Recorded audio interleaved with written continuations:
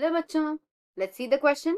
And here the question says that choose the correct order of muscle contraction from beginning to end.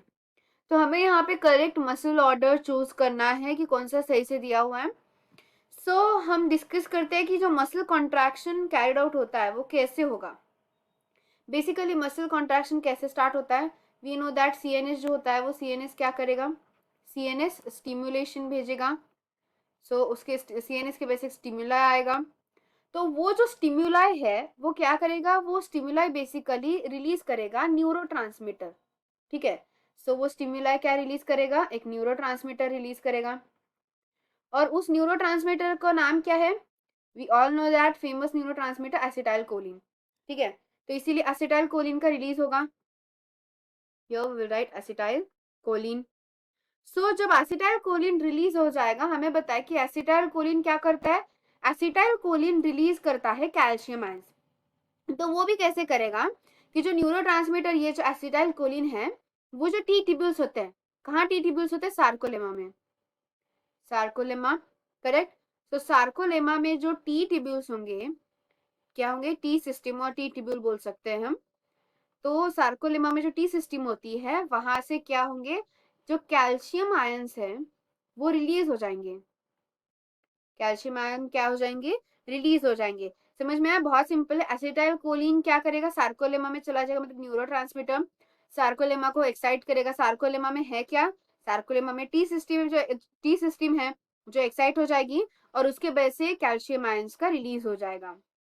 अब एक बार calcium ions जब release हो चुके हैं तो कैल्शियम आयन बता रिलीज होने के बाद क्या होगा कि कैल्शियम आयंस की वजह से जो मायोसिन है वो मायोसिन बाइंड करेगा. बाइंड किससे करेगा, एक्टिन से. करेक्ट. मतलब मायोसिन एक्टिन का जो सब यूनिट है ट्रोपोनिन, उस ट्रोपोनिन को जाके बाइंड करेगा. अब यहाँ पे जब मायोसिन एक्टिन से बाइंड हो जाता है तो उसके वजह से क्या हो जाएगा, ऑब्वियसली ऑल वी नो एक क्रॉस ब्रिज तैयार हो जाता है. क्या तैयार हो जाता है, उसकी वजह से क्रॉस ब्रिज तैयार हो जाता है.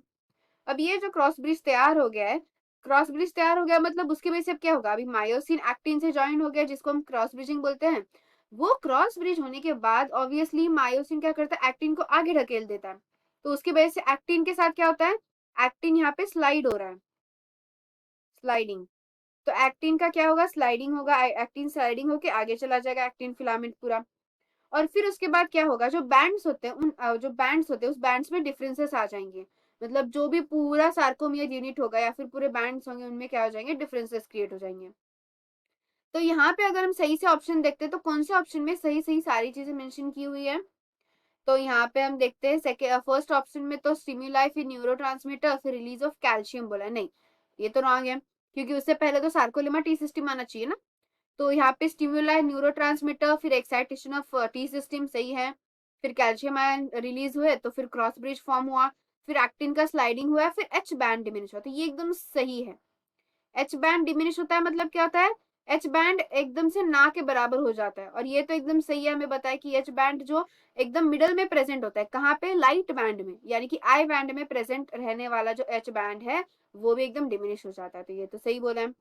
फिर बाद के बाकी के जो ऑप्शन है वो भी एक बार पढ़ लेते हैं. तो यहाँ पे स्टिमुलाई फिर एक्साइटेशन फिर न्यूरोट्रांसमीटर, ये तो रॉन्ग है.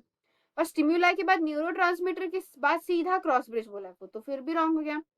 तो सिर्फ और सिर्फ करेक्ट आंसर ऑप्शन जो है हमारा वो है second, that is B option, जिसमें फ्रॉम स्टार्टिंग टू एंड जो भी मसल कॉन्ट्रैक्शन के करेक्ट ऑर्डर है वो मेंशन किए हुए हैं.